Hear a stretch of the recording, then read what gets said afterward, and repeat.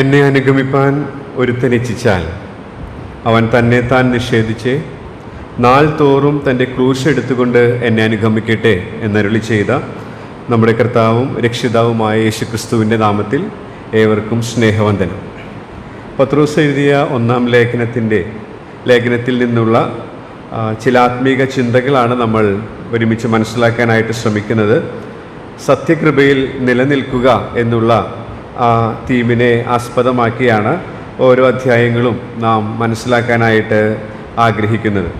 അതിൽ പ്രാരംഭമായിട്ട് നമ്മൾ ആദ്യത്തെ ക്ലാസ്സിൽ വരാത്തവരുണ്ടെങ്കിൽ ഇത് ജസ്റ്റ് ഞാൻ പറയുന്നതേ ഉള്ളൂ. അതിൻ്റെ ആമുഖമായിട്ടുള്ള ചില കാര്യങ്ങളാണ്, അതിൽ നിന്ന് ലഭിക്കുന്ന ചില ആത്മീക പാഠങ്ങളാണ് പങ്കിടാനായിട്ട് ഇടയായിട്ട് തീർന്നത്. രണ്ടാമത്തെ ക്ലാസ്സിൽ നമ്മൾ സത്യകൃപയിൽ നിലനിൽക്കുന്നവർ ഒന്നാമത്തെ വാക്യത്തിൽ തന്നെ കാണുന്ന ഒരു ക്രിയാപദമാണ് അനുസരണം കാണിക്കുവാൻ എന്നുള്ളത്. അപ്പോൾ സത്യകൃപയിൽ നിലനിൽക്കുന്നവരുടെ ഒരു പ്രത്യേകത അവർ അനുസരണമുള്ളവരായിരിക്കും എന്നുള്ളതാണ്. എന്തുകൊണ്ടാണ് അനുസരണമുള്ളവരാണ് എന്ന് പറയുന്നത്? 7 കൂട്ടം കാര്യങ്ങൾ 1ഉം 2ഉം വാക്യങ്ങളിൽ നിന്ന് നമുക്ക് വായനയിൽ മനസ്സിലാക്കാൻ സാധിക്കുന്ന കാര്യങ്ങളാണ് രണ്ടാമത്തെ ദിവസം നമ്മൾ ചിന്തിക്കാനായിട്ട് ഇടയായിട്ട് തീരുന്നത്. കഴിഞ്ഞ ദിവസം നമ്മൾ ചിന്തിച്ചത് സത്യകൃപയിൽ നിലനിൽക്കുന്നവർ നന്ദിയുള്ളവരായിരിക്കും എന്നുള്ളതാണ്. 3ാമത്തെ വാക്യം തുടങ്ങുന്നത് തന്നെ നമ്മുടെ കർത്താവായ യേശുക്രിസ്തുവിൻ്റെ പിതാവായ ദൈവത്തിന് സ്തോത്രം. അപ്പോൾ മലയാളത്തിലെ സ്തോത്രം എന്നാണ്, ഇംഗ്ലീഷിലെ ബ്ലെസ്സഡ് എന്ന് പറഞ്ഞാണത്. അപ്പോൾ സത്യകൃപയിൽ നിലനിൽക്കുന്നവർ ദൈവത്തെക്കുറിച്ച് ഏറ്റവും ഉന്നതമായത് അവരുടെ ജീവിത സാഹചര്യങ്ങളിലൂടെ കടന്നു പോകുമ്പോൾ പ്രസ്താവിക്കുന്നവരായിരിക്കും. അതിനെ കുറിച്ച് 7 കൂട്ടം കാര്യങ്ങൾ 3ാം വാക്യം മുതൽ 5ാം വാക്യം വരെ നമ്മൾ ചിന്തിക്കാനായിട്ട് ഇടയായിട്ട് തീർന്നു. ആദ്യത്തെ ഇതിൽ നാം അനുസരണമുള്ളവരായിരിക്കും എന്ന് പറയുമ്പോൾ ഞാനിത് ഓർപ്പിച്ചതുപോലെ ക്രിസ്തുവിൻ്റെ കാൽച്ചുവട് പിന്തുടർന്ന് സത്യകൃപയിൽ നിലനിൽക്കുക, ഈ ലേഖനം അങ്ങനെ നമുക്ക് മനസ്സിലാക്കാൻ സാധിക്കും. അപ്പോൾ കർത്താവിൻ്റെ ആ കാൽച്ചുവട് അനുസരണത്തിലും നമുക്ക് കാണാൻ സാധിക്കും. ഞാനന്നത് പറയാൻ വിട്ടുപോയി. ക്രൂശിലെ മരണത്തോളം നമ്മുടെ നാഥൻ അനുസരണമുള്ളവനായിരുന്നു. നാം എബ്രായ ലേഖനത്തിൽ വായിക്കുന്ന മറ്റൊരു പദപ്രയോഗം അവൻ അനുസരണം പഠിച്ച് തികഞ്ഞവൻ എന്നുള്ളതാണ്. ആ മാതൃകയാണ് നമ്മുടെ മുമ്പിലുള്ളത്. ആ മാതൃക നാം പിന്തുടരേണ്ടത് ആവശ്യമാണ്. അങ്ങനെയെങ്കിൽ ആ സത്യകൃപയിൽ നിലനിൽക്കുന്നവരുടെ ലക്ഷണമായിട്ട് അത് മനസ്സിലാക്കാൻ സാധിക്കും. രണ്ടാമത്തെ പാഠം നന്ദിയുള്ളവരാണ് എന്നുള്ളതാണ്. അതിനും മാതൃക നമ്മുടെ കർത്താവ് തന്നെയാണ്. സുവിശേഷങ്ങളിൽ നാം വായിക്കുമ്പോൾ പിതാവിനെ വാഴ്ത്തുന്ന കർത്താവിനെ നമുക്ക് കാണാനായിട്ട് സാധിക്കും. ജീവിതത്തിൻ്റെ ഓരോരോ ഘട്ടങ്ങളിലും സ്തോത്രം പാടുന്ന, പിതാവിനെ വാഴ്ത്തുന്ന കർത്താവിൻ്റെ മാതൃക കാണാൻ സാധിക്കും. അപ്പോൾ നമ്മുടെ ജീവിതത്തിലും ആ നല്ല നാഥൻ്റെ കാൽച്ചുവടെ നാം പിന്തുടരുമ്പോൾ ഇത് നമ്മിലുണ്ടാകേണ്ടത് വളരെ ആവശ്യമാണ് എന്നുള്ളതാണ് ഞാൻ ഓർപ്പിക്കാനിടയായിട്ട് തീർന്നത്. ഇന്ന് അതിൻ്റെ 6 മുതൽ 9 വരെയുള്ള വാക്യങ്ങൾ നമുക്ക് വായിക്കാം. അതിൽ നിന്ന് ഒരു പാഠവും അതിനോടനുബന്ധിച്ച് ചില ആത്മീക സത്യങ്ങളുമാണ് നിങ്ങളെ ഓർപ്പിക്കാനായിട്ട് ഞാൻ ശ്രമിക്കുന്നത്. ഇതെല്ലാം വളരെ ലളിതമായിട്ട് നമുക്ക് അറിവുള്ള കാര്യങ്ങൾ തന്നെയാണ്. നമ്മൾ പലപ്പോഴും വായിക്കുന്ന ലേഖനങ്ങൾ തന്നെയാണ് ഇതെല്ലാം. അതുകൊണ്ട് തന്നെ ഇത് പുതിയ ഒരു കാര്യങ്ങൾ കേൾക്കാം എന്നുള്ളതിനേക്കാൾ ഉപരിയായി പിശാചിൻ്റെ ഒരു പ്രവർത്തനം നാം തിരുവഴുത്തിൽ വായിക്കുന്നത്, അവൻ നമ്മുടെ അകത്ത് നിന്ന് വചനം എടുത്തു കളയും. കഴിഞ്ഞ ദിവസവും ഞായറാഴ്ച സണ്ണിയേട്ടൻ പ്രാർത്ഥനയിൽ പ്രാർത്ഥിച്ചപ്പോഴത് ഓർത്തു. ഹൃദയത്തിൽ നിന്ന് വചനത്തെ എടുത്തു കളയുന്ന പിശാച്. അപ്പോൾ പിശാചിൻ്റെ ആ പ്രവർത്തനം ഇന്നും വളരെയധികം ശക്തമായി നടന്നുകൊണ്ടിരിക്കുകയാണ്. അപ്പോൾ ആ എടുത്തു കളയപ്പെടുന്നത് കൊണ്ട് കാലാകാലങ്ങളിൽ ദൈവത്തിൻ്റെ ആത്മാവ്, ദൈവത്തിൻ്റെ ആലോചനകൾ നമ്മെ ഓർപ്പിച്ചുണർത്തും. അപ്പോൾ ആ രീതിയിൽ ശരിയായ തുറന്ന മനോഭാവത്തോടു കൂടി ഇതൊക്കെ ഞങ്ങൾക്ക് അറിയാവുന്ന കാര്യമാണ് എന്നുള്ളതിനേക്കാൾ ദൈവത്തിൻ്റെ ആത്മാവിനെ ഇന്ന് എന്നോട് പറയാനുള്ളത് എന്താണെന്നുള്ളത് കേൾക്കാൻ നല്ല മനസ്സോടുകൂടെ, തുറന്ന ഹൃദയത്തോടുകൂടെ ഞാനും നിങ്ങളും ഇരിക്കേണ്ടത് ആവശ്യമാണ് എന്നുള്ളതാണ് ഞാൻ പറയാനായിട്ട് ശ്രമിക്കുന്നത്. 6 മുതൽ 9 വരെയുള്ള വാക്യങ്ങൾ ഇന്നത്തെ പഠനത്തിനായിട്ട് നമുക്ക് വായിക്കാം.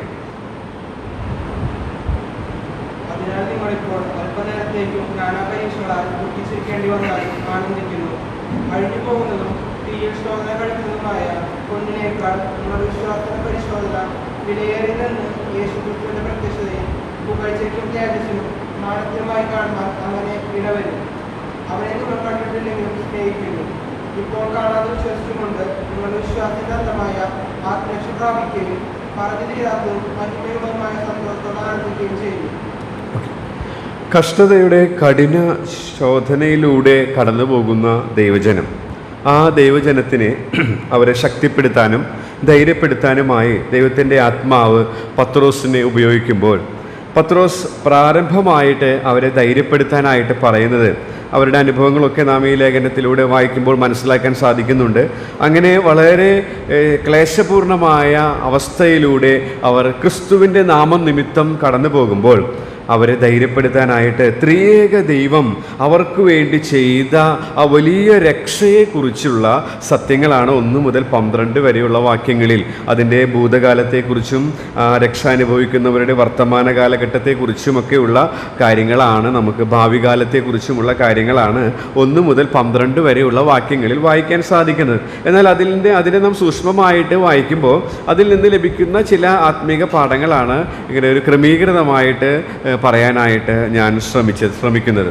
അപ്പോൾ ഒന്നാമതായിട്ട് നമ്മൾ പറഞ്ഞു അനുസരണമുള്ളവരാകണം, രണ്ടാമത് പറഞ്ഞു നന്ദിയുള്ളവരാകണം, മൂന്നാമതായിട്ട് നാം ഇവിടെ വായിച്ചപ്പോൾ നിങ്ങൾ ശ്രദ്ധിച്ചു കാണും ആനന്ദിക്കുന്നു. അതുപോലെ തന്നെ പറഞ്ഞു തീരാത്തതും മഹിമയുള്ളതുമായ സന്തോഷത്തോടെ ആനന്ദിക്കുകയും ചെയ്യുന്നു എന്നുള്ള ആ 2 പദങ്ങൾ. അപ്പോൾ ആ 2 ക്രിയാപദങ്ങൾ ഈ ചുരുങ്ങിയ ഈ വാക്യങ്ങളിൽ ആവർത്തിച്ച് ദൈവത്തിൻ്റെ ആത്മാവ് രേഖപ്പെടുത്തിയിരിക്കുന്നതിനാൽ നമുക്കറിയാം, പഠിക്കുമ്പോഴൊക്കെ ആവർത്തനം അതിൻ്റെ പ്രാധാന്യത്തെ സൂചിപ്പിക്കുന്നു. ഒരു വിഷയം ആവർത്തിച്ച് പറയുന്നത് അത് അത്രമാത്രം പ്രധാനപ്പെട്ടതാണ് എന്നുള്ളത് കൊണ്ടാണ്. അങ്ങനെയെങ്കിൽ നമുക്ക് ഈ ഭാഗത്ത് നിന്ന് ദൈവത്തിൻ്റെ ആത്മാവ് നമ്മുടെ മനസ്സിലേക്ക് കൊണ്ടുവരാനായിട്ട് ആഗ്രഹിക്കുന്ന സത്യങ്ങളിൽ ഒരെണ്ണം പഠിക്കാനായിട്ട് സാധിക്കുന്നു. അത് മറ്റൊന്നുമല്ല, സത്യകൃപയിൽ നിലനിൽക്കുന്നവർ ആനന്ദിക്കുന്നവരായിരിക്കും, ആനന്ദിക്കുന്നവരാണ്, സന്തോഷിക്കുന്നവരാണ്. കർത്താവിൻ്റെ ആ നല്ല കാൽച്ചുവട് അനുദിനം പിന്തുടർന്ന് അവൻ്റെ കൃപയിൽ നിലനിൽക്കുന്നവരുടെ മറ്റൊരു പ്രത്യേകത 6 മുതൽ 9 വരെയുള്ള വാക്യങ്ങളിൽ നിന്ന് നമുക്ക് മനസ്സിലാക്കാൻ സാധിക്കുന്നത് അവർ ആനന്ദിക്കുന്നവരാണ് എന്നുള്ളതാണ്. അപ്പോൾ എങ്ങനെ അത് സാധിക്കും, അല്ലെങ്കിൽ എന്തുകൊണ്ട് ആനന്ദിക്കുന്നവരാകണം, ആ പാഠങ്ങളാണ് 6 മുതൽ 9 വരെയുള്ള വാക്യങ്ങളിൽ നിന്ന് 4 കുറിപ്പുകളായിട്ട് നിങ്ങളുമായിട്ട് ഇന്ന് ലഭിച്ച സമയത്തിനുള്ളിൽ പറയാനായിട്ട് ഞാൻ ശ്രമിക്കുന്നത്. എങ്ങനെ ഈ ആനന്ദിക്കുന്ന സന്തോഷിക്കുന്ന ജീവിതം നയിക്കാൻ സാധിക്കും. ഇതിനും മാതൃക നമ്മുടെ കർത്താവാണ്. നാം കർത്താവിനെ കുറിച്ച് വായിക്കുന്നുണ്ട് എബ്രായ ലേഖനത്തിൽ, ആനന്ദ തൈലത്താൽ അഭിഷേകം ചെയ്യപ്പെട്ട പുത്രൻ. മാത്രമല്ല എബ്രായ ലേഖനത്തിൻ്റെ 12 നാം വായിക്കുന്നുണ്ട്, തൻ്റെ മുമ്പിൽ വെച്ചിരുന്ന സന്തോഷമോർത്ത് അപമാനം അലക്ഷ്യമാക്കി ക്രൂശിനെ സഹിച്ചു. അപ്പോൾ നമ്മുടെ കർത്താവിൻ്റെ ജീവിതം ഈ ലോകത്തിൽ മാനുഷികമായ രീതിയിൽ ചിന്തിച്ചാൽ ആനന്ദിക്കത്തക്കതാണോ എന്നുള്ളതിന് സംശയമാണ്, അല്ലേ? കർത്താവിൻ്റെ ജനനമെടുത്താൽ അവൻ്റെ ജനനത്തിൽ ഭൗതികമായ ലൗകികമായ ദൃഷ്ടിയിൽ നാം വീക്ഷിക്കുമ്പോൾ ആനന്ദിക്കത്തക്കതായിട്ട് ഒന്നും കാണാൻ സാധിക്കുകയില്ല. പക്ഷേ കർത്താവിൻ്റെ ഇനി തുടർന്ന് കർത്താവിൻ്റെ ജീവിതത്തിൻ്റെ പ്രാരംഭഘട്ടങ്ങളിൽ അവൻ്റെ വളർച്ചയിൽ അതുപോലെ തന്നെ ശുശ്രൂഷ മേഖലകളിലൊക്കെ ഭൗതികമായ രീതിയിൽ നോക്കുമ്പോൾ തലചായ്ക്കാൻ ഇടമില്ലാത്ത, അതുപോലെ തന്നെ രാത്രി മുഴുവൻ മലയിൽ പ്രാർത്ഥിക്കുന്ന, അപ്പം ലൗകികപരമായ രീതിയിൽ നാം നോക്കുമ്പോൾ ഇതെന്ത് ആനന്ദം എന്ന് ചിന്തിക്കാമെങ്കിലും ഈ ലോകത്തിൽ ജീവിച്ചിരുന്നവരിൽ വെച്ച് ഏറ്റവും ആനന്ദപൂർണൻ നമ്മുടെ കർത്താവ് താൻ തന്നെയാണെന്നുള്ളതിന് യാതൊരു സംശയമില്ല. അപ്പോൾ ശരിക്കും ആ കർത്താവിനെ നാം നോക്കുമ്പോൾ, ആ കർത്താവ് നമ്മുടെ ഡിക്ഷണറി ആയിട്ട് മാറുമ്പോൾ തീർച്ചയായിട്ടും നമുക്കും സന്തോഷിക്കാനുള്ള രഹസ്യങ്ങൾ അവനിൽ നിന്ന് പ്രാപിക്കാൻ അനുദിനം സാധിക്കും. അങ്ങനെയുള്ള ചില രഹസ്യങ്ങളാണ്, നമുക്ക് അറിവുള്ള കാര്യങ്ങൾ തന്നെ ഈ ഭാഗത്ത് നിന്ന് നമുക്ക് ഒരുമിച്ച് ചിന്തിക്കാം എന്ന് ഞാൻ ആഗ്രഹിക്കുന്നത്. ഇനി ഇവിടെ ഒരു കാര്യം കൂടെ ശ്രദ്ധിക്കാനുള്ളത്, ഇങ്ങനെ ആനന്ദിക്കുക, സന്തോഷിക്കുക എന്നൊക്കെ പറയുമ്പോൾ ആരോടാണ് ഇത് പറയുന്നത്? ഈ ലേഖനത്തിൽ തന്നെ നാം ആദ്യത്തെ ക്ലാസ്സിൽ ചിന്തിച്ചു, ചിതറിപ്പാർക്കുന്നവരും പരദേശികളുമായവർ എന്ന് വെച്ചാൽ ക്രിസ്തുവിൻ്റെ നാമം നിമിത്തം ചിതറിപ്പോയി പാർക്കുന്നവർ. നാം കഴിഞ്ഞ ആഴ്ചയിൽ ചിന്തിച്ചു, ക്രിസ്തുവിൻ്റെ നാമം നിമിത്തം സ്വന്തം അവകാശം നഷ്ടപ്പെട്ടവർ. ഇങ്ങനെയുള്ളവരോടാണ് സത്യകൃപയിലാണ് നിങ്ങൾ നിൽക്കുന്നതെങ്കിൽ നിങ്ങൾ ആനന്ദിക്കുന്നവരാണ് എന്ന് പറയുന്നത്. മാത്രമല്ല 2:11 ഒന്ന് വായിക്കുക. 2:11 പ്രവാസികളും പരദേശികളുമായ നിങ്ങളെ ആത്മാവോട് പോരാടുന്ന ചില മോഹങ്ങളെ വിട്ടവന്ന് ജാതികൾ നിങ്ങളെ ദുഷ്പ്രവർത്തിക്കാരെന്ന് ദുഷിക്കുന്തോറും നിങ്ങളുടെ നല്ല പ്രവർത്തികളെ കണ്ടറിയിട്ട് സന്ദർശന ദിവസത്തിൽ ദൈവത്തെ ബോധ്യപ്പെടുത്തേണ്ടതിന് അവരുടെ ഇടയിൽ നിങ്ങളുടെ കണക്ക് നന്നായിരിക്കണം എന്ന് ഞാൻ പ്രബോധിപ്പിക്കുന്നു. ഇവിടെ ജാതികൾ നിങ്ങളെ ദുഷ്പ്രവർത്തിക്കാരെന്ന് ദുഷിക്കും തോറും അവരുടെ അവസ്ഥ ഒന്ന് ചിന്തിക്കുക. മാത്രമല്ല 3:9 ഒന്ന് വായിക്കാം. 3:9. ദോഷത്തിന് ദോഷവും ശകാരത്തിന് ശകാരവും പകരം ചെയ്യാതെ നിങ്ങൾ അനുഗ്രഹം അനുഭവിക്കേണ്ടതിന് വിളിക്കപ്പെട്ടത് കൊണ്ട് അനുഗ്രഹിക്കുന്നവരായിരിക്കും. ക്രിസ്തുവിൻ്റെ നാമം നിമിത്തം ദോഷം സഹിക്കുന്നവരാണവർ. മാത്രമല്ല 17-ാമത്തെ വാക്യം 3:17. നിങ്ങൾ കഷ്ടം സഹിക്കണം എന്ന് ദൈവഹിതമെങ്കിൽ തിന്മ ചെയ്തിട്ടല്ല നന്മ ചെയ്തിട്ട് സഹിക്കുന്നത് ഏറ്റവും നന്ന്. കഷ്ടത്തിന്റെ അനുഭവത്തിലൂടെ കടന്നു പോകുക. 4:12. പ്രിയമുള്ളവരെ, നിങ്ങൾക്ക് പരീക്ഷയ്ക്കായി സംഭവിച്ചിരിക്കുന്ന അഗ്നിശോധനയുടെ ഒരു അപൂർവ കാര്യം നിങ്ങൾക്ക് വന്നുകൂടി എന്ന് വെച്ച് അതിശയിച്ചു പോകരുത്. 14-ാമത്തെ വാക്യം 4:14. ക്രിസ്തുവിന്റെ നാമം ഹേതുവായി നിന്ദ സഹിക്കേണ്ടി വന്നാൽ നിങ്ങൾ ഭാഗ്യവാന്മാർ. 16-ാമത്തെ വാക്യം 4:16. കഷ്ടം സഹിക്കേണ്ടി വന്നാലോ ലജ്ജിക്കരുത്. ഈ നാമം ധരിച്ചിട്ട് ദൈവത്തെ മഹത്വപ്പെടുത്തുകയത്രേ വേണ്ടത്. 19-ാമത്തെ വാക്യം. അതുകൊണ്ട് ദൈവേഷ്ടപ്രകാരം കഷ്ടം സഹിക്കുന്നവർ നന്മ ചെയ്തുകൊണ്ട് തങ്ങളുടെ പ്രാണനെ വിശ്വസ്തനായ സൃഷ്ടാവിനാൽ ബലമേൽപ്പിക്കട്ടെ. 5:10 വാക്യം. എന്നാൽ അല്പകാലത്തേക്ക് കഷ്ടം സഹിക്കുന്ന നിങ്ങളെ ക്രിസ്തുവിൽ തന്നെ നിത്യതേജസ്സിനായി വിളിച്ചിരിക്കുന്നു. Okay, thank you. അപ്പോൾ ആരോടാണ് പത്രോസ് ആനന്ദിക്കുവാനായിട്ട് പറയുന്നത്? ഇത്രയും വാക്യങ്ങൾ വായിച്ചതിൻ്റെ അടിസ്ഥാനത്തിൽ നമുക്ക് മനസ്സിലാക്കാൻ സാധിക്കും, അഗ്നിശോധനയിലൂടെ വളരെയധികം പീഡനങ്ങളിലൂടെ കടന്നു പോകുന്ന ഒരു കൂട്ടം ആളുകൾ, അവരുടേതായ എന്തെങ്കിലും ദോഷപ്രവൃത്തികൾ ചെയ്തതു മൂലം അല്ല ഇതൊക്കെ അനുഭവിക്കുന്നത്. പ്രത്യുത കർത്താവിനെ അറിഞ്ഞതിനാലാണ് ഇതെല്ലാം സഹിക്കുന്നത്. അവരോട് കർത്താവിൻ്റെ കാഴ്ചയോടെ പിന്തുടരുക, സത്യകൃപയിൽ നിലനിൽക്കാനായിട്ട് പറയുമ്പോൾ അങ്ങനെ നിലനിൽക്കുന്നവരുടെ ഒരു പ്രത്യേകതയായിട്ട് പത്രോസ് ഫോക്കസ് ചെയ്യുന്നത്, ഊന്നൽ കൊടുക്കുന്നത് ആനന്ദിക്കുക, സന്തോഷിക്കുക എന്നുള്ളതാണ്. നമുക്കറിയാം ഈ പത്രോസിൻ്റെ അനുഭവമാണിത് എന്നുള്ളത് നമുക്ക് അപ്പോസ്തല പ്രവൃത്തികളിലേക്ക് പോകുമ്പോൾ കാണാനായിട്ട് സാധിക്കും. അപ്പോസ്തല പ്രവൃത്തി 5:40-41 വായിക്കാം. ഈ പറയുന്ന എഴുത്തുകാരൻ്റെ അനുഭവം ഇത് തന്നെയായിരുന്നു. 5:40-41. അപ്പോസ്തലന്മാരെ വരുത്തി അടുപ്പിച്ചു. ഇനി യേശുവിന്റെ നാമത്തിൽ സംസാരിക്കരുതെന്ന് കൽപ്പിച്ച് അവരെ വിട്ടയച്ചു. തിരുനാമത്തിനു വേണ്ടി അപമാനം സഹിപ്പാൻ യോഗ്യരായി എണ്ണപ്പെടുകയാൽ അവർ സന്തോഷിച്ചുകൊണ്ട് ന്യായാധിപ സംഘത്തിന്റെ മുമ്പിൽ നിന്ന് പുറപ്പെട്ടു പോയി. ഓക്കെ, അടുപ്പിച്ച് വിട്ടയച്ചു. അവർ സന്തോഷിച്ചുകൊണ്ട് പുറപ്പെട്ടു പോയി. അടുപ്പിച്ചു വിട്ടയച്ചു, സന്തോഷിച്ചുകൊണ്ട് പുറപ്പെട്ടു പോയി. ക്രിസ്തീയ ജീവിതത്തിൻ്റെ ഒരു പ്രത്യേകതയാണ് ദുഃഖമുണ്ടെങ്കിൽ തന്നെയും സന്തോഷിക്കുന്ന അനുഭവം. പൗലോസും ഇതേ കാര്യം തന്നെ തൻ്റെ അനുഭവമായിട്ട് തൻ്റെ പല പ്രതികൂലങ്ങൾ നേരിട്ട ആ കാര്യങ്ങൾ വിവരിക്കുന്ന കൊരിന്ത്യർക്ക് എഴുതിയ 2-ാം ലേഖനത്തിൻ്റെ 6-ാം അധ്യായത്തിൻ്റെ 10-ാമത്തെ വാക്യത്തിൽ പറയുന്നുണ്ട്. നമുക്കതൊന്ന് വായിക്കാം. 2 കൊരിന്ത്യർ 6:10. ദുഃഖിതരെങ്കിലും എപ്പോഴും സന്തോഷിക്കുന്നവർ, ദരിദ്രരെങ്കിലും പലരെയും സമ്പന്നരാക്കുന്നവർ, ഒന്നുമില്ലാത്തവരെങ്കിലും എല്ലാം കൈവശമുള്ളവരായി തന്നെ.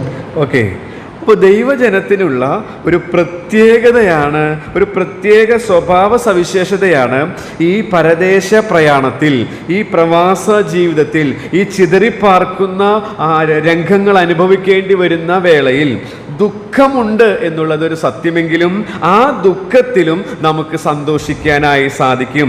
നമുക്ക് ദാരിദ്ര്യമുണ്ട് എങ്കിൽ തന്നെയും ആ ദാരിദ്ര്യത്തിലും പലരെയും സമ്പന്നരാക്കാൻ സാധിക്കും.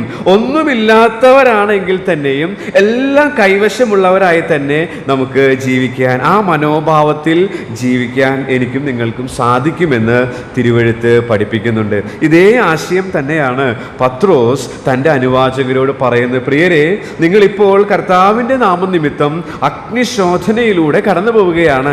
എങ്കിലും നിങ്ങൾ ഭാരപ്പെടരുത്, അതിൽ സന്തോഷിക്കുന്നവരായിട്ട് നിങ്ങൾ തീരണം എന്നുള്ളതാണ്.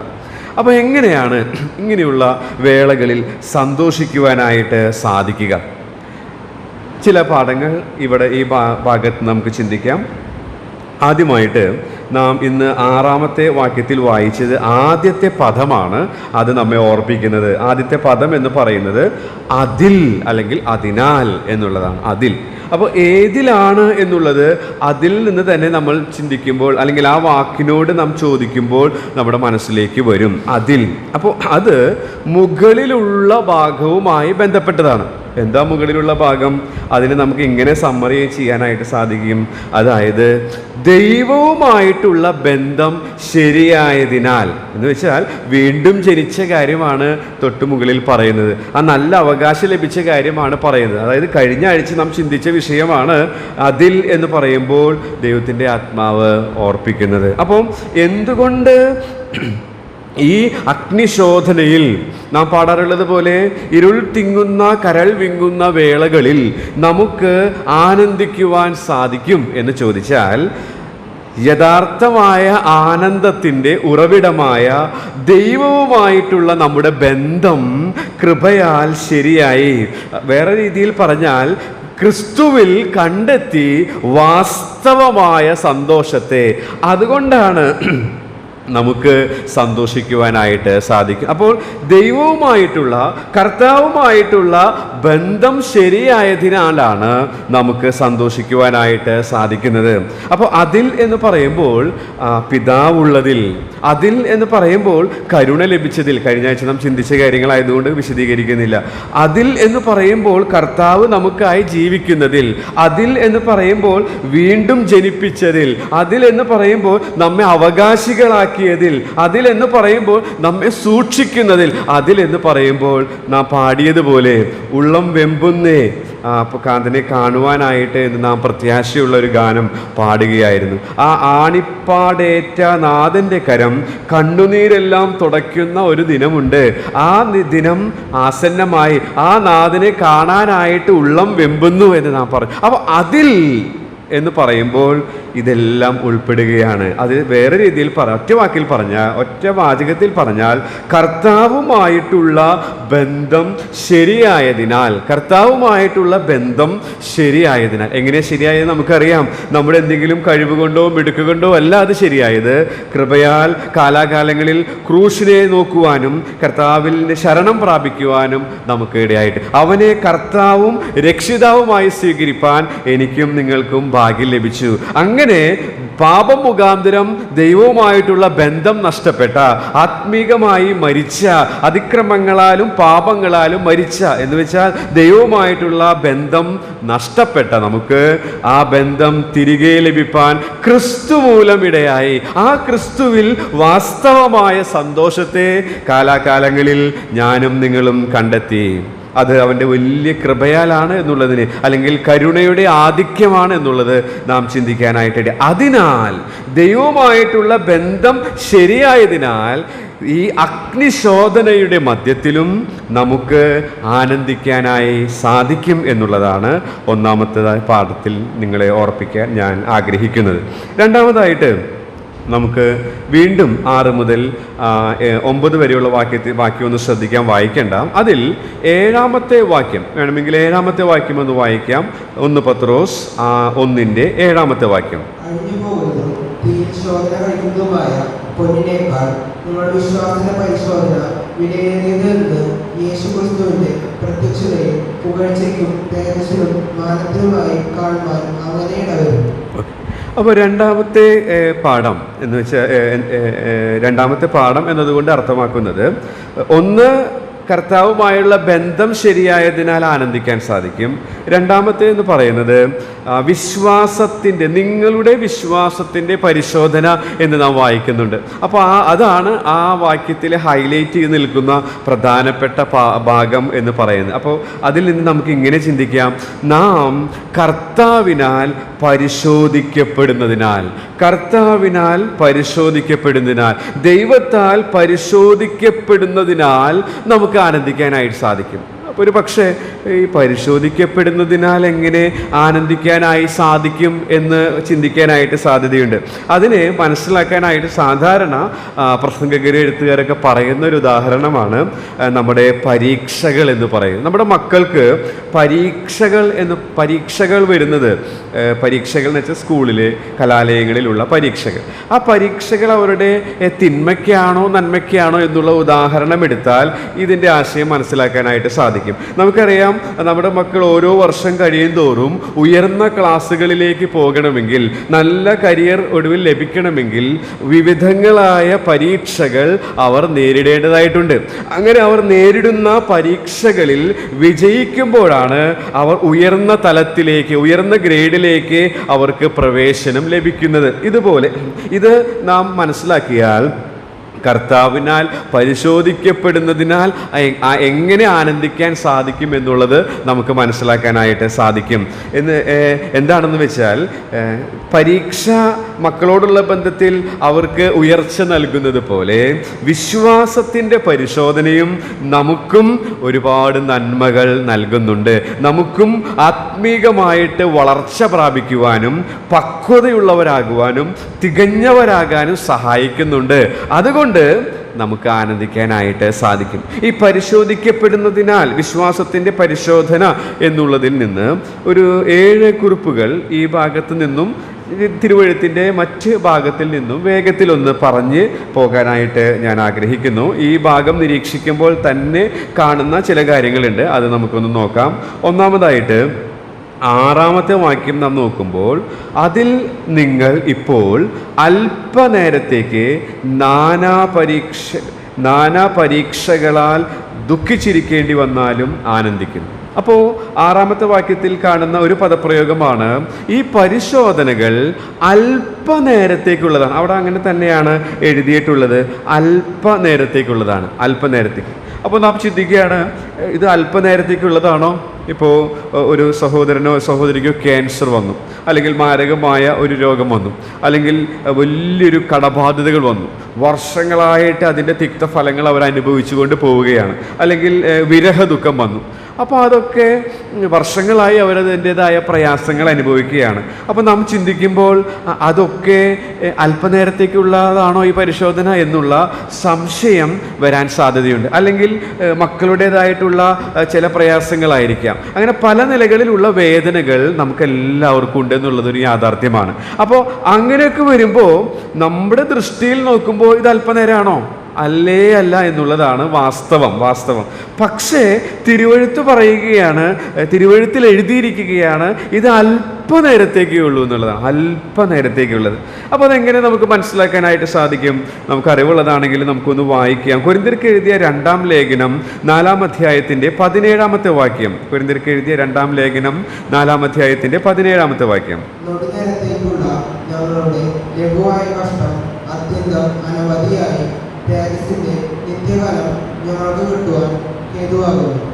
ഓക്കെ, അപ്പോൾ തുടർന്ന് പറയുന്നതാണ്, കാണുന്നത് താൽക്കാലികമാണ്, കാണാത്തതോ നിത്യമാണ്. അടുത്ത വാക്യത്തിൽ നാം വായിക്കുന്നുണ്ട്. അപ്പോൾ അങ്ങനെയാണെങ്കിൽ നിത്യതയുമായിട്ട് താരതമ്യം ചെയ്യുമ്പോഴാണ് നാം അനുഭവിക്കുന്ന, ഒരു പക്ഷേ 10 വർഷമായി കാണും, 50 വർഷമായി കാണും, 2 വർഷമായി കാണും, കൊറോണയ്ക്ക് ശേഷമായിരിക്കാം, അല്ലെങ്കിൽ പല നിലകളിൽ ആ പീരീഡുകൾ വ്യത്യസ്തമായിരിക്കാം. എന്നാൽ എന്തൊക്കെ തന്നെയായാലും നിത്യതയുമായിട്ട് നാം തട്ടിച്ചു നോക്കുമ്പോൾ ഈ പരിശോധന അല്പനേരത്തേക്കുള്ളതാണ് എന്നുള്ള യാഥാർത്ഥ്യമാണ് തിരുവെഴുത്ത് നമ്മെ പഠിപ്പിക്കുന്നത്. 2-ാമത്തെ കാര്യം എന്ന് പറയുന്നത് അതിൻ്റെ 6-ാമത്തെ വാക്യത്തിൽ തന്നെ ഉള്ളതാണ്. നാം 6-ാമത്തെ വാക്യത്തിൽ ഇങ്ങനെയാണ് വായിക്കുക, അതിൽ നിങ്ങളിപ്പോൾ അല്പനേരത്തേക്ക് നാനാ പരീക്ഷകളാൽ ദുഃഖിച്ചിരിക്കേണ്ടി വന്നാലും. അപ്പോൾ ദുഃഖമുളവാക്കുന്ന അല്ലെങ്കിൽ ഭാരം ഉളവാക്കുന്നതാണ് ഈ പരിശോധന എന്ന് പറയുന്നത്. അത് ശരിക്കും പറയുമ്പോൾ ദുഃഖമുളവാക്കുന്നത് തന്നെയാണ്. അതിലൂടെ കടന്നു പോകുന്നവർക്കേ അതിൻ്റേതായിട്ടുള്ള ഡിഗ്രി അനുഭവിക്കാനായിട്ട് സാധിക്കുകയുള്ളൂ. അപ്പോൾ ശരിക്കും ഈ വിശ്വാസത്തിൻ്റെ പരിശോധന എന്ന് പറയുന്നത് ദുഃഖം ഉളവാക്കുന്നതാണ്. ഇതേ ആശയമുള്ള പല പദപ്രയോഗങ്ങൾ തിരുവെഴുത്തിൽ കാണാൻ സാധിക്കുന്നുണ്ട്. എന്നാൽ ഞാനത് പറയാനായിട്ട് ആഗ്രഹിക്കുന്നില്ല. അപ്പോൾ ഈ ദുഃഖത്തിൻ്റെ ഒരു പ്രത്യേകത എന്ന് പറയുന്നത് കൊരിന്ത്യർക്ക് ലേഖനം എഴുതുമ്പോൾ അപ്പോസ്തലനായ പൗലോസ് പറയുന്നുണ്ട്, ദൈവഹിതപ്രകാരമുള്ള ഈ ദുഃഖം അത് വളരെ പ്രയോജനം ചെയ്തു എന്നുള്ളതാണ്. ദൈവഹിതപ്രകാരം. അപ്പോൾ വിശ്വാസത്തിൻ്റെ പരിശോധനയിൽ നമ്മൾ നേരിടുന്ന ഈ ദുഃഖം ദൈവത്തിൻ്റെ ഹിതപ്രകാരമുള്ളതായതിനാൽ അത് നമ്മെ പ്രയോജനമുള്ളതാക്കി, അത് നമ്മെ ശുദ്ധീകരിക്കുന്നതാക്കി തീർക്കും എന്നുള്ളതിന് യാതൊരു സംശയവുമില്ല.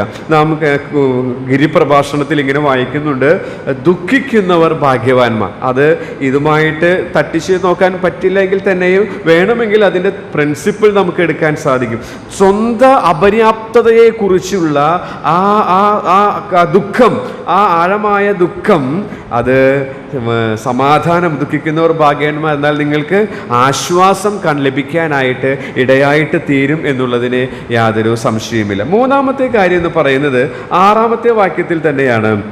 അവിടെ നാം ഇങ്ങനെ വായിക്കുന്നുണ്ട്, അതിൽ നിങ്ങളിപ്പോൾ അല്പനേരത്തേക്ക് നാനാ പരീക്ഷകൾ. അപ്പോൾ ഈ പരിശോധന അല്ലെങ്കിൽ ഈ കഷ്ടത, ഈ പരീക്ഷ, പ്രശ്നങ്ങൾ, ഇതെല്ലാം പലതരത്തിലുള്ളതാണ്. എനിക്കുള്ളതുപോലെ ആയിരിക്കില്ല നിങ്ങൾക്കുള്ളത്. അപ്പോൾ നമ്മുടെ ഓരോരുത്തരുടെയും ജീവിത സാഹചര്യങ്ങൾ വ്യത്യസ്തമാകയാൽ, നമ്മുടെ ഓരോരുത്തരുടെയും തൊഴിൽ മേഖലകൾ വ്യത്യസ്തമായതിനാൽ, നമ്മുടെ ഓരോരുത്തരുടെയും കുടുംബ സാഹചര്യങ്ങൾ വ്യത്യസ്തമായതിനാൽ നമ്മളെല്ലാവരും അനുഭവിക്കുന്ന പരിശോധന അത് ഒരേ തരത്തിലുള്ളതായിരിക്കില്ല. നാം തിരുവഴുത്തിൽ തന്നെ കാണാനായിട്ട് സാധിക്കും, ഇയ്യോബ് അനുഭവിച്ച ആ പരിശോധനയുടെ അതേ ഡിഗ്രി അല്ല യോസേഫിനുണ്ടായിരുന്നത് പോലെയല്ല അബ്രഹാമിനുണ്ടായിരുന്നത്. അപ്പോൾ ആ പരിശോധനകൾ പല തരത്തിലുള്ളതാണെന്നുള്ളത് തിരുവെഴുത്തുകൾ അറിയാവുന്ന നമുക്ക് പരിചയമുള്ളതാണ്. ഇയ്യോബിൻ്റെ പരിശോധനയുടെ ഒരു പ്രത്യേകത, ഒരൊറ്റ ദിവസത്തിൽ തന്നെ പലതരത്തിലുള്ള പരിശോധനകൾ അവന് നേരിടാനിടയായിട്ട് തീർന്നു എന്നുള്ളതാണ്. ഇവിടെ രസകരമായ ഒരു കാര്യം എന്ന് പറയുന്നത്, ഈ പലതരത്തിലുള്ള വിവിധ എന്നുള്ളതിനെ ഉപയോഗിച്ചിരിക്കുന്ന അതേ പദം ഈ ലേഖനത്തിൻ്റെ 4-ാം അധ്യായത്തിൽ 10-ാമത്തെ വാക്യത്തിൽ നമുക്ക് കാണാനായിട്ട് സാധിക്കുന്നുണ്ട്. 4:10 നമുക്ക് വായിക്കാം. ഓരോരുത്തരും വരം ലഭിച്ചതുപോലെ വിവിധമായുള്ള ദൈവകൃപയുടെ നല്ല ഗ്രഹവിചാരകന്മാരായി അതിനെക്കൊണ്ട് അന്യോന്യത്തെ സൂക്ഷിക്കും. വിവിധമായിട്ടുള്ള ദൈവകൃപ. അപ്പോൾ ഇവിടെ വിവിധ പരീക്ഷകൾ. അപ്പോൾ ഈ വിവിധ പരീക്ഷകൾ അതിജീവിക്കുവാൻ ഈ വിവിധ കൃപകൾ ദൈവം തരുന്നുണ്ട്. എൻ്റെ ജീവിതത്തിലുള്ള ഈ പരിശോധനയ്ക്ക് എനിക്ക് മതിയായ കൃപ, നിങ്ങളുടെ ജീവിതത്തിലുള്ള പല വിധത്തിലുള്ള പരിശോധനയ്ക്ക് മതിയായ കൃപ തരാൻ നമ്മുടെ കർത്താവ് മതിയായവനാണെന്നുള്ള ഒരു ചിന്ത കൂടെ നമുക്ക് അവിടെ പഠിക്കാനായിട്ട് സാധിക്കും. അപ്പോൾ ഈ പരിശോധന പലതരത്തിലുള്ളതാണ് എന്നുള്ളത് നമുക്ക് അവിടെ നിന്ന് മനസ്സിലാക്കാനായിട്ട് സാധിക്കും. അത് മനോദുഃഖമാകാം, ശാരീരിക ദുഃഖമാകാം, സങ്കടങ്ങളാകാം, നിരാശകളാകാം, ഉത്കണ്ഠകളാകാം, വിവിധ പ്രശ്നങ്ങളാകാം, മാറാരോഗങ്ങളാകാം, സാമ്പത്തിക ബുദ്ധിമുട്ടുകളാകാം, തെറ്റിദ്ധാരണകളാകാം. ഇങ്ങനെ പല നിലകളിലുള്ള രംഗങ്ങൾ നമുക്ക് വരാൻ സാധിക്കും. എന്നാൽ ഈയിടെയായിട്ട് കർത്തൃദാസൻ ജോൺ കുര്യൻ പറഞ്ഞ ഒരു പരിശോധന, അത് നാം വളരെ ശ്രദ്ധിക്കേണ്ടതായതുകൊണ്ട് ഒന്ന് പറഞ്ഞ് അടുത്ത പാഠത്തിലേക്ക് പോകും. അദ്ദേഹം പറഞ്ഞത്, ദൈവത്തെ സംശയിക്കാൻ നമ്മെ പ്രേരിപ്പിക്കുന്ന രീതിയിലുള്ള ഒരു പരിശോധന. പല കർത്തൃദാസന്മാരുടെ ദൈവഭക്തരുടെ അനുഭവത്തിൽ നിന്ന് എടുത്തിട്ടാണ് താൻ അത് പറഞ്ഞത്. യൂട്യൂബിൽ അത് അവൈലബിൾ ആണ്. ജീവിത സാഹചര്യങ്ങളിൽ ദൈവത്തെ സംശയിക്കാനായിട്ട് ഇടയാകുന്നൊരു പരിശോധന. എന്താ ദൈവത്തിൽ സംശയിച്ചാലുള്ള കുഴപ്പം? ദൈവത്തിലും ദൈവത്തിൻ്റെ വചനത്തിലും സംശയം ഉളവാക്കുക എന്നുള്ളത് പിശാചിൻ്റെ ആദ്യം മുതലുള്ള തന്ത്രമാണ്. അപ്പോൾ ആ തന്ത്രത്തിൽ നാം പെട്ടുപോയാൽ നാം വീണുപോകാനിട, നമ്മുടെ വിശ്വാസ കപ്പൽ തകർന്നു പോകാനിടയായിട്ട് തീരും എന്നുള്ളതിന് യാതൊരു സംശയമില്ല. അപ്പോൾ പലതരത്തിലുള്ളതാണ് ഈ പരിശോധനകൾ എന്നുള്ളത് അവിടെ നിന്ന് മനസ്സിലാക്കാനായിട്ട് സാധിക്കും. വീണ്ടും ഈ 6-ാമത്തെ വാക്യത്തിലേക്ക് നാം പോകുമ്പോൾ അവിടെ നാം കാണുന്നത്, അതിൽ നിങ്ങൾ ഇപ്പോൾ നേരത്തേക്ക് നാനാ പരീക്ഷകളാൽ ദുഃഖിച്ചിരിക്കേണ്ടി വന്നാലും ആനന്ദിക്കുന്നു. 7-ാമത്തെ വാക്യത്തിലാണ്, അഴിഞ്ഞു പോകുന്നതും തീയിൽ ശോധന കഴിക്കുന്നതുമായ പൊന്നിനേക്കാൾ നിങ്ങളുടെ വിശ്വാസത്തിൻ്റെ പരിശോധന വിലയേറിയ. 7-ാമത്തെ വാക്യത്തിലാണ്, അവിടെ തെറ്റിക്കൊടുത്തതാണ്, ക്ഷമിക്കണം, വിലയേറിയതാണ് എന്നുള്ളതാണ് അടുത്ത പാഠം. 7-ാമത്തെ വാക്യത്തിൽ നാം കാണുന്നു വിശ്വാസത്തിൻ്റെ പരിശോധന വിലയേറിയത്. അപ്പോൾ ഈ പരിശോധന വിലയേറിയതാണ്. പൗലോസ് തുടിയൻ എന്ന് പറയുന്ന കർത്തൃദാസൻ ഈ പത്രോസിൻ്റെ ലേഖനത്തിൻ്റെ വ്യാഖ്യാനം എഴുതിയപ്പോൾ അതിൽ താൻ രേഖപ്പെടുത്തിയിരിക്കുന്നത് ഒരു സ്റ്റേറ്റ്മെൻറ്റ് ഇത് തയ്യാറാക്കിയപ്പോൾ ഞാനത് വായിച്ചത് കൊണ്ട് എൻ്റെ മനസ്സിലേക്ക് വന്നു. ഞാനതൊന്നുകൂടെ എടുത്ത് വായിച്ചു. അത് ഞാനിവിടെ കുറിച്ചിട്ടു. സ്വർണം തീയിലൂടെ കടത്തിവിടുമ്പോൾ ആ തട്ടാൻ്റെ ശ്രദ്ധ മുഴുവൻ ആ സ്വർണത്തിലാണ്. എന്ന് വെച്ചാൽ പരിശോധനകളിലൂടെ നാം കടന്നു പോകുമ്പോൾ ആരാണോ ഈ പരിശോധന അനുവദിച്ചത്, ആ പരിശോധന അനുവദിച്ചവൻ്റെ ശ്രദ്ധ മുഴുവൻ ആ പരിശോധനയിലൂടെ കടന്നു പോകുന്നവരിലാണ്. അത് വളരെ ധൈര്യം നൽകുന്ന ഒരു ചിന്തയാണ്. ഇത് വായിച്ചപ്പോൾ ദാനിയേലിൻ്റെ പുസ്തകത്തിലേക്കാണ് എൻ്റെ ശ്രദ്ധ പോയത്. അതിൽ ആ ശദ്രക്, മേശക്, അബേദ്നെഗോയുടെ ചരിത്രം നമുക്കറിയാം. അവർ ആ അഗ്നിശോധനയിലൂടെ, തീയിലൂടെ കടന്നുപോയപ്പോൾ അവർ ദൈവപുത്രൻ്റെ സഖിത്വം അനുഭവിച്ചു. അപ്പോൾ നമുക്കതിങ്ങനെ പറയാം, ഇന്ന് എന്നെ കേൾക്കുന്നവരിൽ അഗ്നിശോധനയ്ക്ക് സമാനമായ അവസ്ഥയിലൂടെ ആരെങ്കിലും കടന്നു പോകുന്നുണ്ടെങ്കിൽ ഒരു കാര്യം ശ്രദ്ധിക്കുക, ദൈവത്തിൻ്റെ ശ്രദ്ധ മുഴുവൻ നമ്മിലാണ്. അവൻ്റെ പുത്രൻ്റെ സ്വരൂപത്തോട് ഈ പരിശോധനയിലൂടെ എൻ്റെ മകളെ കടത്തിവിടുമ്പോൾ അവൻ അനുരൂപനാകുമോ, അതോ അവൻ ഈ പരിശോധനയിൽ പരാജയപ്പെടുമോ എന്ന് വെച്ച് നമ്മുടെ കർത്താവിൻ്റെ ശ്രദ്ധ ഈ പ്രത്യേകമായ സാഹചര്യത്തിലൂടെ കടന്നു പോകുമ്പോൾ നമ്മിലുണ്ട് എന്നുള്ളത് നമ്മേറെ ധൈര്യപ്പെടുത്തുന്ന ഒരു വസ്തുതയായിട്ട് ഇരിക്കുന്നു. അടുത്തതായിട്ട് അതിൻ്റെ 7-ാമത്തെ വാക്യത്തിലാണ്, 6-ാമത്തെ വാക്യത്തിലല്ല, 7-ാമത്തെ വാക്യത്തിൽ തന്നെ കാണുന്നുണ്ട്. നാം ഇങ്ങനെ വായിക്കുന്നു, അഴിഞ്ഞു പോകുന്നതും തീയിൽ ശോധന കഴിക്കുന്നതുമായ പൊന്നിനേക്കാൾ നിങ്ങളുടെ വിശ്വാസത്തിൻ്റെ പരിശോധന വിലയേറിയത് എന്ന് യേശുക്രിസ്തുവിൻ്റെ പ്രത്യക്ഷതയിൽ പുകഴ്ചയ്ക്കും തേജസ്സിനും മാനത്തിനുമായി കാണുവാൻ അങ്ങനെ ഇടവരും. അപ്പോൾ ഇത് പ്രതിഫലമുള്ളതാണ്. കഷ്ടത കർത്താവ് എനിക്ക് തന്ന ദാനമാണ്, പരിശോധന അവൻ അനുവദിച്ചതാണ് എന്ന് മനസ്സിലാക്കി ആ സത്യം ഉൾക്കൊണ്ടുകൊണ്ട് അതിനോട് ശരിയായ രീതിയിൽ പ്രതികരിക്കുമ്പോൾ നിത്യതയിൽ അത് മാനമായി, പ്രതിഫലമായി നമുക്ക് ലഭിക്കും എന്നുള്ളത് തിരുവെഴുത്ത് നമ്മെ ഓർപ്പിക്കുന്ന ഒരു സത്യമാണ്. അടുത്തതായിട്ട് വീണ്ടും നാം അതിൻ്റെ 6-ാം വാക്യത്തിൽ തന്നെ നമുക്ക് കാണാനായിട്ട് സാധിക്കും, അതിൽ നിങ്ങളിപ്പോൾ അല്പനേരത്തേക്ക് നാനാ പരീക്ഷകളാൽ ദുഃഖിച്ചിരിക്കേണ്ടി വന്നാലും ആനന്ദിക്കുന്നു. ഇത് യാഥാർത്ഥ്യവും ആവശ്യവുമാണ് എന്നുള്ളതാണ്. ഇത് യാഥാർത്ഥ്യവും ആവശ്യവുമാണ്. എന്താണ് അങ്ങനെ പറയാൻ കാരണം? വിശ്വാസത്തിൻ്റെ പരിശോധന അല്ലെങ്കിൽ അല്പനേരത്തേക്ക് എന്നൊക്കെ പറയുമ്പോൾ അത് ജീവിതവുമായി ബന്ധപ്പെട്ട കാര്യമാണ്. അപ്പോൾ ഇത് ഒരിക്കലും ഒരു തിയറി ആയിട്ടുള്ള അല്ലെങ്കിൽ ഏതെങ്കിലും ഒരു ഇസമോ ആശയങ്ങളോ അല്ല. ഇത് ശരിക്കും റിയൽ ആയിട്ടുള്ളൊരു കാര്യമാണ്. ഈ വിശ്വാസം ദൈവം തൻ്റെ മക്കളിൽ പരിശോധിക്കും എന്നുള്ളത് മാത്രമല്ല, അത് ആവശ്യവുമാണ്. ഈ വിശ്വാസത്തിൽ നാം ഉറച്ചു നിൽക്കുന്നുവോ, നമ്മുടെ വിശ്വാസം ശരിയായിട്ടുള്ളതാണോ എന്ന് തെളിയിക്കുവാൻ ഇത് ആവശ്യമാണ്. നാം നേരത്തെ പത്രോസിന്റെ അനുഭവം വായിച്ചു. അവർ അടികൊണ്ടു സന്തോഷിച്ച് പുറപ്പെട്ടു പോയി. അവരവിടെ തെളിയിച്ചത് എന്താണ്? ഞങ്ങൾ ദൈവപുത്രനിൽ വിശ്വസിച്ചത്, ഞങ്ങളുടെ ദൈവപുത്രനിലുള്ള വിശ്വാസം റിയലാണ്, ശരിയാണ് എന്നുള്ളതാണ്. അപ്പോൾ ഈ പരിശോധന എന്ന് പറയുന്നത് അത് യഥാർത്ഥമാണ്, അത് യാഥാർത്ഥ്യവും ആവശ്യവുമുള്ളതുമാണ്. മാത്രമല്ല ഒടുവിലായിട്ട് അത് നിയന്ത്രിതമാണ് എന്നുള്ളത്. അല്പകാലത്തേക്ക് എന്നാണ് നാം വായിക്കുക, അല്പകാലത്തേക്ക്. അപ്പോൾ അതിനൊരു ലിമിറ്റുണ്ട്. ഇതിനെല്ലാം അനുവദിക്കും. നാം ഇയ്യോബിൻ്റെ ചരിത്രം വായിക്കുമ്പോൾ അവിടെ കാണുന്നുണ്ട്, സാത്താൻ അനുവാദം ചോദിക്കുകയാണ്, പെർമിഷൻ ചോദിക്കുകയാണ്. അപ്പോൾ ദൈവം പെർമിഷൻ കൊടുക്കുമ്പോഴാണ് പരിശോധനകൾ വരുന്നത്. അപ്പോൾ ഇത് ദൈവത്താൽ നിയന്ത്രിതമാണ്. മാത്രമല്ല ഇതിനൊരു പരിധിയുണ്ട്. അല്പ അല്പനേരത്തേക്കേ ഉള്ളൂ എന്നുള്ളതും ഓർക്കാനായിട്ട് സാധിക്കും. പരിശോധനകൾ എന്ന് പറയുമ്പോൾ ഈ ഭാഗത്ത് നിന്ന് നമുക്ക് ഇത്രയും കാര്യങ്ങൾ നിരീക്ഷിക്കാനായിട്ട് സാധിക്കും. ഇതിൽ കൂടുതലൊക്കെ പഠിക്കാൻ പറ്റും, എങ്കിലും ഇതിനോടുള്ള ബന്ധത്തിൽ ഞാൻ ചിന്തിച്ചത് നിങ്ങളുമായിട്ട് പങ്കുവെച്ചു എന്നേ ഉള്ളൂ. അടുത്തതായിട്ട് നാം 8ാമത്തെ വാക്യത്തിലേക്ക് വരുമ്പോൾ അടുത്ത പാഠം നമുക്ക് കാണാനായിട്ട് സാധിക്കും.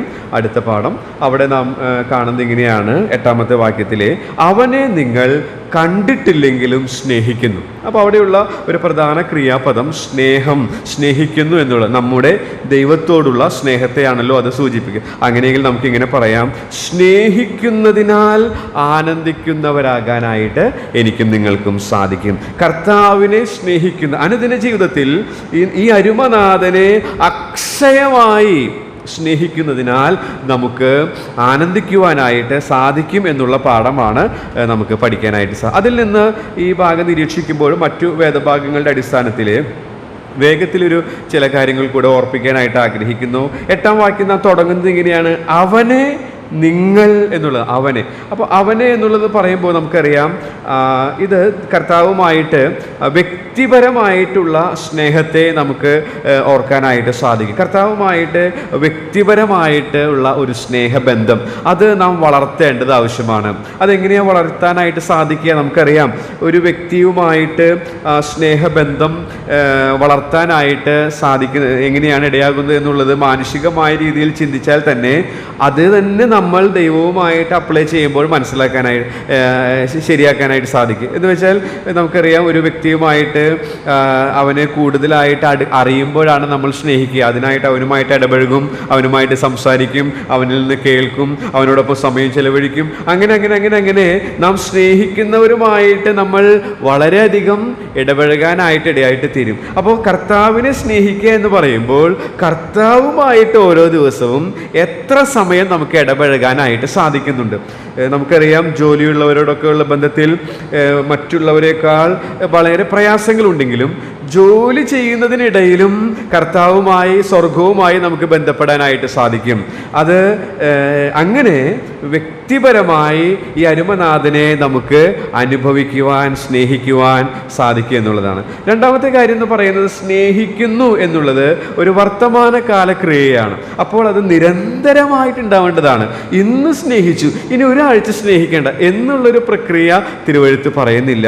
അത് നിരന്തരമായി, അതായത് അനുസ്യൂതം അത് നമ്മിൽ ഉളവാകേണ്ടതാണ് എന്നുള്ളതിന് യാതൊരു സംശയമില്ല. ഇനി തുടർന്ന് നാം മറ്റ് വേദഭാഗങ്ങളിലേക്കൊന്ന് പോവുകയാണ്. എടുത്തു വായിക്കേണ്ട നമ്മുടെ സമയം വളരെ പരിമിതമാണ്. ഇതിനോടുള്ള ബന്ധത്തിൽ ആവശ്യമുള്ള ചില കാര്യങ്ങൾ മാത്രമാണ് ഞാൻ ഓർപ്പിക്കുന്നത്. ഇതെല്ലാം നമുക്ക് അറിവുള്ളതും കൂടിയാണ്. കൽപ്പനയുള്ളതാണ്. സ്നേഹിക്കുക എന്ന് പറയുന്നത് കൽപ്പനയാണ്. മർക്കോസ് 12:28 മുതൽ 30 വരെയുള്ള വാക്യം നാം ഇങ്ങനെയാണ് വായിക്കുന്നത്.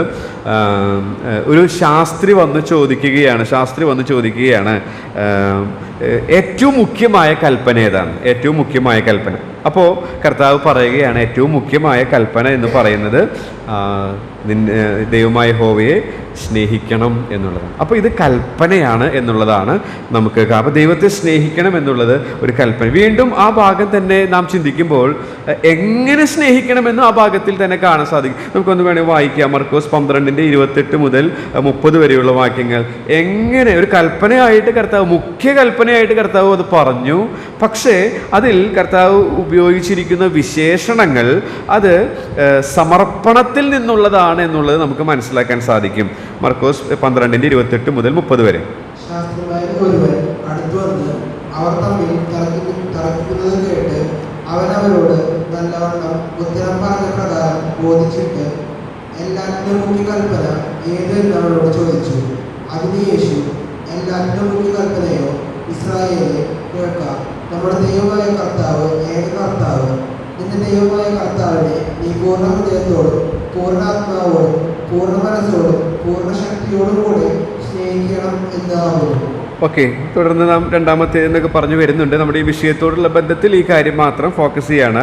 അവിടെ പറയുന്നത് പൂർണ്ണ ഹൃദയത്തോടെ, പൂർണ്ണ ആത്മാവോടെ, പൂർണ്ണ മനസ്സോടെ, പൂർണ്ണ ശക്തിയോടെ സമ്പൂർണ്ണ സമർപ്പണത്തിൽ നിന്നുളവാകുന്ന സ്നേഹം എന്നുള്ളതാണ്. ഹൃദയം എന്ന് പറഞ്ഞാൽ നമുക്കറിയാം വൈകാരിക ശക്തിയുടെ ഇരിപ്പിടമാണ്. അപ്പോൾ വികാരത്തിന് വചനാടിസ്ഥാന പ്രകാരമുള്ള സ്ഥാനം കൊടുത്തുകൊണ്ടുള്ളൊരവസ്ഥ.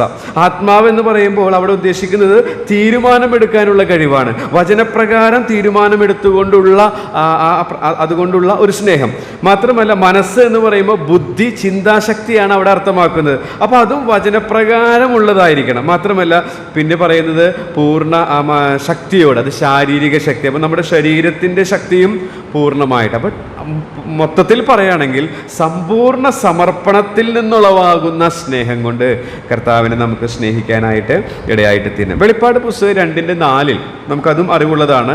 എഫെസോസ് സഭയോട് പറയുന്ന ഒരു കാര്യമാണ്, നിന്റെ ആദ്യ സ്നേഹം വിട്ടുകളഞ്ഞു. അപ്പോൾ ഇത് നമ്മിൽ ഉളവാകാൻ സാധ്യതയുണ്ട്. കാലങ്ങൾ കഴിയുമ്പോൾ ഇത് അതിപരിചയം എന്താ പറയുക, അത് അതിൻ്റെ പ്രാധാന്യത്തെ കുറയ്ക്കുന്നു എന്ന് പറയുന്നത് പോലെ ഇത് കാലങ്ങൾ കഴിയുമ്പോൾ കർത്താവിനോടുള്ള സ്നേഹത്തിൽ വളരേണ്ടതിന് പകരം കുറഞ്ഞു പോകാനായിട്ട് സാധ്യതയുണ്ട്. ഒരിക്കൽ ഒരു കഥ ഞാൻ വായിച്ചത് ഓർക്കുകയാണ്. അതായത് ഒരു വിനോദസഞ്ചാര ഇഷ്ടമുള്ളൊരു വ്യക്തി, അദ്ദേഹം ഇങ്ങനെ വെക്കേഷനൊക്കെ സഞ്ചരിക്കും. അങ്ങനെ സഞ്ചരിച്ചപ്പോൾ വളരെ മനോഹരമായ ഭൂപ്രകൃതിയുള്ള ഒരു സ്ഥലത്ത് റിസോർട്ടിലാണ് താമസിക്കുന്നത്. അദ്ദേഹത്തിന് രാവിലെ എഴുന്നേറ്റപ്പോൾ കണ്ട ആ ഭൂപ്രകൃതി അദ്ദേഹത്തെ ഒത്തിരി സന്തോഷമുള്ളവനാക്കി തീർത്തു. അപ്പോൾ അവിടെ സ്ഥിരം പണിക്കാരനായിട്ടുള്ളൊരു വ്യക്തിയുണ്ട്. ആ വ്യക്തി ആ സമയത്ത് കടന്നു വന്നപ്പോൾ ആ വ്യക്തിയോട് ചോദിച്ചു, താങ്കൾ എത്ര ഭാഗ്യവാനാണ്, ഈ പ്രകൃതി ദിവസവും താങ്കൾക്ക് ആസ്വദിക്കാനായിട്ട് കഴിയുന്നുണ്ടല്ലോ എന്ന് പറഞ്ഞപ്പോൾ ഈ പണിക്കാരൻ പറഞ്ഞു, അതിന് വലിയ പ്രത്യേകതയുള്ളതായിട്ടൊന്നും എനിക്ക് തോന്നുന്നില്ല എന്നുള്ളതാണ്. എന്ന് വെച്ചാൽ ദിനംതോറും ആ വ്യക്തി ഈ മനോഹരമായ ദൃശ്യം കാണുന്നത് കൊണ്ട് അതിന് വലിയ പ്രസക്തിയുള്ളതായിട്ട് അദ്ദേഹത്തിന് അനുഭവപ്പെടുന്നില്ല. അതേ സമയത്ത് ആദ്യമായിട്ട് അത് കാണുന്ന ആ വ്യക്തിക്ക് അതിൻ്റെ മനോഹാരിത വളരെ മതിപ്പ് അവനിൽ ഉളവാക്കാൻ ഇടയായിട്ട് തീർന്നു എന്നുള്ളതാണ്. ഇത് നമ്മുടെ ഈ വിഷയത്തോടുള്ള ബന്ധത്തിലെടുത്താൽ കർത്താവുമായിട്ടുള്ള ഈ അനുദിന ജീവിതത്തിലുള്ള ആ സ്നേഹബന്ധം അത് കാലങ്ങൾ കഴിയുമ്പോൾ അനുദിനം രൂപാന്തരപ്പെടുന്ന, അനുദിനം പുതുക്കം പ്രാപിക്കാത്ത അവസ്ഥയില്ലെങ്കിൽ ഞാൻ പ്രാരംഭത്തിൽ ഇപ്പോൾ ഓർപ്പിക്കുന്നത് പോലെ ദിനംതോറും ക്രൂശെടുത്തു, ഞാൻ ക്രൂശിക്കപ്പെട്ടവനാണ്, ഞാൻ ക്രൂശിലാണ് എന്നുള്ള ചിന്ത ഭരിക്കാതെയുള്ള ഇടപാടുകളിൽ നാം ഏർപ്പെടുമ്പോൾ സംഭവിക്കുന്നത് ഈ സ്നേഹത്തിൽ നിന്ന് സ്നേഹം വിട്ടുകളയാനായിട്ടുള്ള സാധ്യതയുണ്ട്. കേവലം യാന്ത്രികമായിട്ട് തീരും. എഫെസോസ് സഭയ്ക്ക് സംഭവിച്ചത് അതാണ്.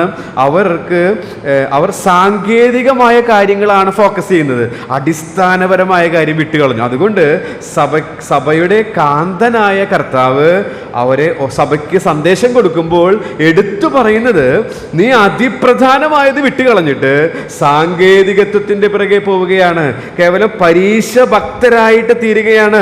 അത് വലിയ അപകടകരമാണ് എന്നുള്ളത് കർത്താവ് അവിടെ ഓർപ്പിക്കുകയാണ്. ഇക്കാലത്തും അത് വളരെ വാസ്തവമാണ് എന്നുള്ളത് നമുക്ക് അനുഭവങ്ങളിൽ നിന്ന് മനസ്സിലാക്കാനായിട്ട് സാധിക്കും. മത്തായി 24:12 നമുക്കറിയുന്നതാണ്.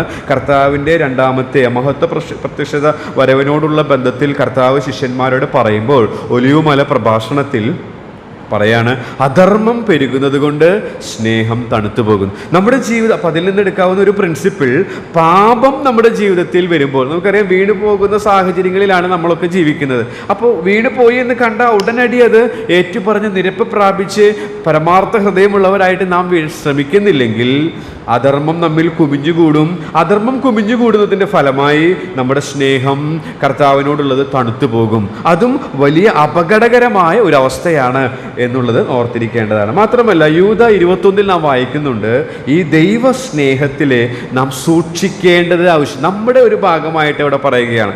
ദൈവസ്നേഹത്തിനൊരു കുഴപ്പമില്ല, അതെപ്പോഴും ഒരു സൂര്യപ്രകാശം പോലെ. വില്യം മക്ഡൊണാൾഡ് എന്ന് പറയുന്ന കർത്തദാസൻ എഴുതിയത് അങ്ങനെയാണ്, അത് സൂര്യപ്രകാശം പോലെ നമുക്ക് ലഭ്യമാണ്. എന്നാൽ നാം നേരത്തെ ചിന്തിച്ചതുപോലെ തന്നെ പാപം അതിൻ്റെ മധ്യേ വരുമ്പോൾ ആ സ്നേഹം ഇവിടെ നിന്ന് അങ്ങോട്ടും അവിടെ നിന്ന് ഇങ്ങോട്ടും ശരിയായ രീതിയിൽ എൻജോയ് ചെയ്യാനായിട്ട് സാധിക്കുകയില്ല. അപ്പോൾ നമ്മുടെ ജീവിതത്തിലുള്ള വീഴ്ചകൾ ഏതെങ്കിലും ഉണ്ട് എങ്കിൽ തിരുത്തേണ്ടത് വളരെ ആവശ്യമാണ്.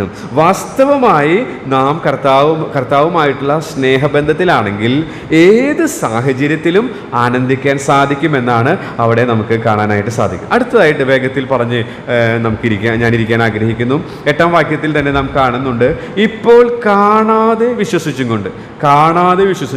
അതിന് ഞാനിങ്ങനെയാണ് തലക്കെട്ട് കൊടുത്തിരിക്കുന്നത്, ആശ്രയിക്കുന്നതിനാൽ. വിശ്വസിക്കുക എന്നുള്ളത്, കാണാതെ വിശ്വസിക്കുക എന്നുള്ളത് കൊണ്ട് നമുക്ക് മനസ്സിലാക്കാൻ സാധിക്കുന്നത് ഇവിടെ രക്ഷയോടുള്ള ബന്ധത്തിൽ അതിൻ്റെ 3 കാലങ്ങളും നാം ഇവിടെ കാണുന്നുണ്ട്.